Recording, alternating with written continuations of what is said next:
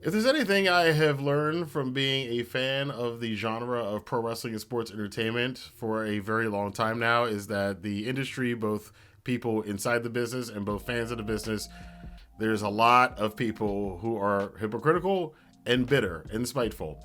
And that brings me to WWE Survivor Series 2023. I saw most of the pay per view. I had a bunch of other things going on, and I was trying to catch some of AEW Collision, Continental Classic tournament at the same time. But for the most part, the show was okay. I thought it was a fun show. I enjoyed the women's War Games match and the men's War Game match, and Miz and Gunther was pretty cool too. But all of that is overshadowed by the story that is coming out, and we'll talk about this in a little bit. Of course, you all know now, Phil Brooks, aka CM Punk, has of course, of course, returned to World Wrestling Entertainment in Chicago at Survivor Series. Now, there's a lot of stuff to unpack with this. First thing I want to say is that, as far as the money side is concerned and the business side, I'm happy for WWE. I'm happy for CM Punk. Again, go get the bag while you can get it. That's the positive on it. But there's a bunch of negatives about it. And I am almost at the point where I'm kind of just tired of CM Punk being not anything, although I don't particularly care for the guy from what I've seen of him personally anymore. I just think what he brings to the community, I can't say it's a positive, because most of the stuff, we're going to look at this right now as far as the wrestling community, especially the online wrestling community is concerned, all that's brought up is the reinforcing the same old tired tribalism nonsense.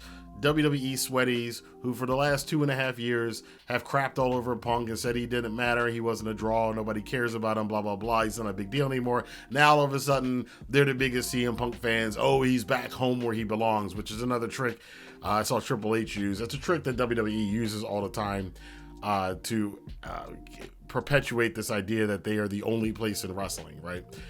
And conversely, you have all the AEW sweaties who've been singing the praises of CM Punk for years and years, and now all of a sudden, we don't care. He wasn't that big a deal anyway. He ruined our locker room, et cetera, et cetera, et cetera. Now, there's some truth to some of these statements, and there's not truth to some of these statements. As far as WWE is concerned, if I'm a WWE fan, I'm very happy right now. But as a pro wrestling fan who, I enjoy some stuff that WWE does. I enjoy AEW. I enjoy New Japan. I'm a little concerned for not so much for me for WWE's creative, but I'm concerned for the WWE fans. Because here's a thought that I had is like, well, CM Punk, went into AEW when they were on a hot streak. They were red hot. And then ever since he got there, everything kind of went downhill after that. WWE's been on a hot streak for the last 2 years, and now when it's hot, and then here comes CM Punk when it's hot. Which does seem to be a thing with him, doesn't it? He doesn't build up anything. He didn't help build up AEW, and he didn't help build WWE back up. He just kind of comes in after other people have done all the work, and then he shows up and go, here I am, and takes all the thunder from people.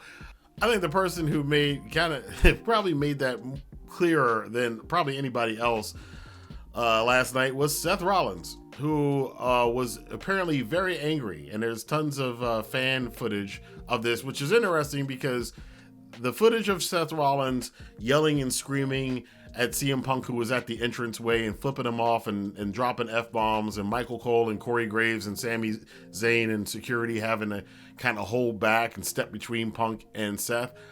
It wasn't caught on WWE cameras. It wasn't part of the show. It was stuff that fans had caught with the camera. Now, this is already a good thing and a bad thing. It's a good thing if this is how they're doing the work shoot thing, and that, some people think it's a shoot, some people think it's a work. I personally think it's a work.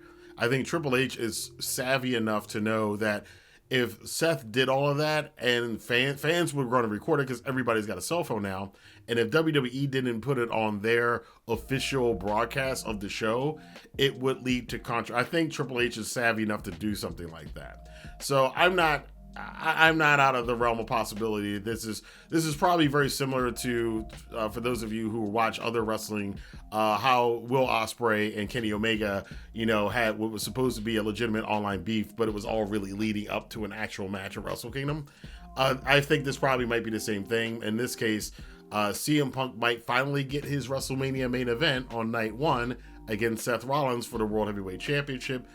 Don't be surprised if that winds up being night 1's main event of WrestleMania next year.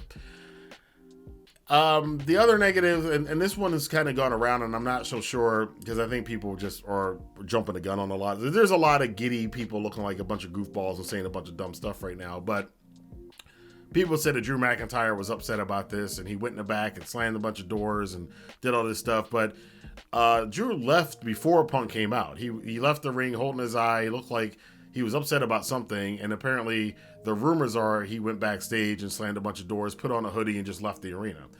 That probably didn't have anything to do with CM Punk, and I think people are just trying to read into it because that's what the wrestling online community does. They just like to conflate things and stir up controversy where there is none, and invent it when there really shouldn't be any. Punk, I will say he looked better than he did in his last days in AEW. He looked like he's been taking care of himself a little bit, got a little tan, got a little buff, came out there all swole with his shoulders out and everything. It was pretty funny. Cody seemed to be very diplomatic in the backstage press conference. Of course he is. That's one thing I want to note now and it's really ironic that Cody and Punk are in AEW right now, because if you go back to one of Cody's final promos in AEW, he had said, well, Tony Khan said maybe I should save this for a few, but he didn't know if he's going to have the time to do it because Cody knew he was leaving. But Cody cut a promo where he kind of hinted at, and I'm going to paraphrase here, that, and I've said this and a lot of other fans have noted this, CM Punk in the pipe bomb back in 2011 said he was going to do all of these things and then never did them. He just went away for 7.5 years. Whereas Cody did all the things that CM Punk said in the pipe bomb. Cody went to Ring of Honor. Cody went to New Japan. Cody started a revolution of pro wrestling. Cody affected change in WWE. All the things that CM Punk said he was going to do in the pipe bomb and didn't do. So that would be an interesting rivalry. If it had happened in AEW, that would have made more sense. But it happening in WWE, it's going to be curious how they would spin that, because the storyline, I guess they could spin it in a way where it's focused on WWE, but that storyline really exists outside of WWE and what happens outside of WWE. But it's a storyline that I'm sure we're going to get at some point in the future. Triple H was also in the post-show media scrum. He did let everybody know that all the rumors about it up until a week ago were just rumors, and this all happened within the last week. The word is he had a conversation with Punk. They talked for a while, buried the hatchet, as often happens in wrestling, and they made the deal. It's supposed to be a multi-year deal for CM Punk in WWE, and we're off to the races. I wonder if it's a good idea or not. Again, I bring up the fact that, again, Punk went into AEW when it was hot, and then things kind of collapsed. And I don't know if that would be the same in WWE. And the scuttlebutt, and I've mentioned this in videos before, is that WWE is a much bigger company than AEW. It has a much more strict, regimented organizational layout than AEW. AEW is kind of like a punk rock, small startup one-off, whereas WWE is this big corporate, very structured enterprise. And in that framework, WWE might be able to contain some of the excesses of CM Punk's narcissism and CM Punk's ego, that it doesn't become a big problem. I think it's very possible that might be the case. But I do think, because it's Phil Brooks, he's going to start something. Something's going to happen. There are a lot of people in the WWE roster that do not like him. There are people in the WWE roster who are friends with the Young Bucks. Kevin Owens comes to mind. There are people who have expressed, like Seth Rollins and Roman Reigns, that they're not all that wild about CM Punk coming back to the company. And those guys are friends with Jon Moxley. Jon Moxley's not necessarily the biggest fan of CM Punk either, because of what happened with him in AEW. So there's a lot of potential fun stuff on screen and a lot of crazy stuff behind the scenes, and that is the next point I want to get to. If for the WWE fans who are celebrating, I'd be kind of cautious about this, because one of the reasons that WWE has been on fire the last 2 years is because the focus has been on how well they've been telling their stories. That is kind of the bread and butter of WWE. It isn't the in-ring, it's the presentation and the stories.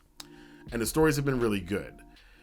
Compared to the 10 or 15 years before that, and if you remember, and anybody who's been watching wrestling YouTube for more than like 4 or 5 years remembers several years ago, before AEW, it was like every day, wrestling Twitter, wrestling YouTube was always some backstage drama in WWE that took away from the on-screen storylines, which weren't that great to begin with anyway. And I'm concerned for the WWE fans, not the sweaties, I don't care about the sweaties, but the fans who are enjoying WWE, you might want to be concerned about CM Punk and taking the focus off of the well-told storylines, and now the focus being back on backstage drama. And from the fact that within the first hour of the man being in the company, everybody basically stopped talking about whatever happened on Survivor Series on screen as the show, and talked about CM Punk, and talked about Seth Rollins' reaction to CM Punk, and conflated Drew McIntyre's reactions or whatever. And I want to see the backstage stuff. I want to see Gorilla. I saw some guy talking about this. I want to see the footage of him and Gorilla. They want to see the backstage stuff. I don't think that's going to be good for WWE. Again, their bread and butter, what has made them get a hell of a lot better over the last 2 years, is the fact that the focus was back on the front of the camera. What happened on screen? What's happening next to the Bloodline story? What's Sami Zayn doing? What's Jey Uso doing? What's going on with the Judgment Day? What's Cody doing? That is where the focus has been, and that's where the entertainment has been. If the focus now goes to the backstage, I don't know. Now, my opinion is, I think, much like it was in AEW, the first 6 months is going to be great. The test is going to be what happens after WrestleMania. I think leading up into WrestleMania, again, I'm assuming at this point that Punk and Seth are going to be main eventing WrestleMania night 1 or 2 or whatever. But what happens after that? What happens? By the way, I think Triple H would be savvy enough not to put the championship on Punk, given the fact that AEW did that twice and got burned, because he got injured both times, almost immediately after he won the championship. I don't know if WWE will put the championship on Punk. Maybe they would. I think the case is out against that, but who knows? They can do whatever they want to do. But what happens if, let's say that happens. Let's say they have Punk go over Seth Rollins at WrestleMania and become the new WWE third generation World Heavyweight Champion, and then Punk is injured 2 weeks later. What happens if Punk gets into it with Kevin Owens, or gets into it with somebody we don't even know or suspect backstage? What happens if he doesn't like the booking? These are all things to be concerned with for CM Punk. He's going to be on his best behavior the same way he was in AEW for the first 6 months. And then after a while, he can't help it. It's just his personality. Stuff's going to... We all know it's coming. And again, if you're a WWE fan, I know it's exciting to have CM Punk back, but is that really what you want things to go back to being again? Everything's about complaining about what's going on backstage and not on the front. So... on the positive side, let's flip back to the positive again. For the next couple of weeks, the next couple of months, WWE, boy, they're going to be making some money hand over fist from the merchandise, from people who are going to want to attend the shows. They're going to be selling out everything now, not just selling out most of the shows. I would suspect that for the next couple of weeks, they're going to be sold out at everything. The buy rates, well, they don't have buy rates, but subscriptions and stuff like that are probably going to go up through the roof. International attention is going to go up through the roof. So it's a big coup for them as a money grab. But the big thing is, as much as it was a test for Tony Khan, it's going to be a test for Triple H too. To try, and I don't think so much dealing with Punk, but dealing with his roster and dealing with that locker room and any potential problems, which most likely will come up with CM Punk being in WWE again. Now, as far as AEW and all the tribalism and stuff, I think AEW is getting back to trying to establishing its own identity again, which is good for them. I don't think they really need to worry about what's going on with CM Punk, and in fact, it seems like things have been slightly better since Punk has been gone, and I think now that it is completely in the rear view, I mean, you're going to worry about FTR and Malachi Black and those guys going over, Ricky Starks leaving AEW and following Punk back to WWE, Andrade El Idolo and stuff like that. Sure, that's probably a concern, but overall, I think that Punk, now that it's officially done, he's not coming back. They don't have to worry about it anymore. I think it's probably for the best. And I think they're going to be just fine. And here's the thing again, they may thrive, because one of the problems that came for AEW, who was again red hot right when Punk came in, is that the focus went away from what was going on screen.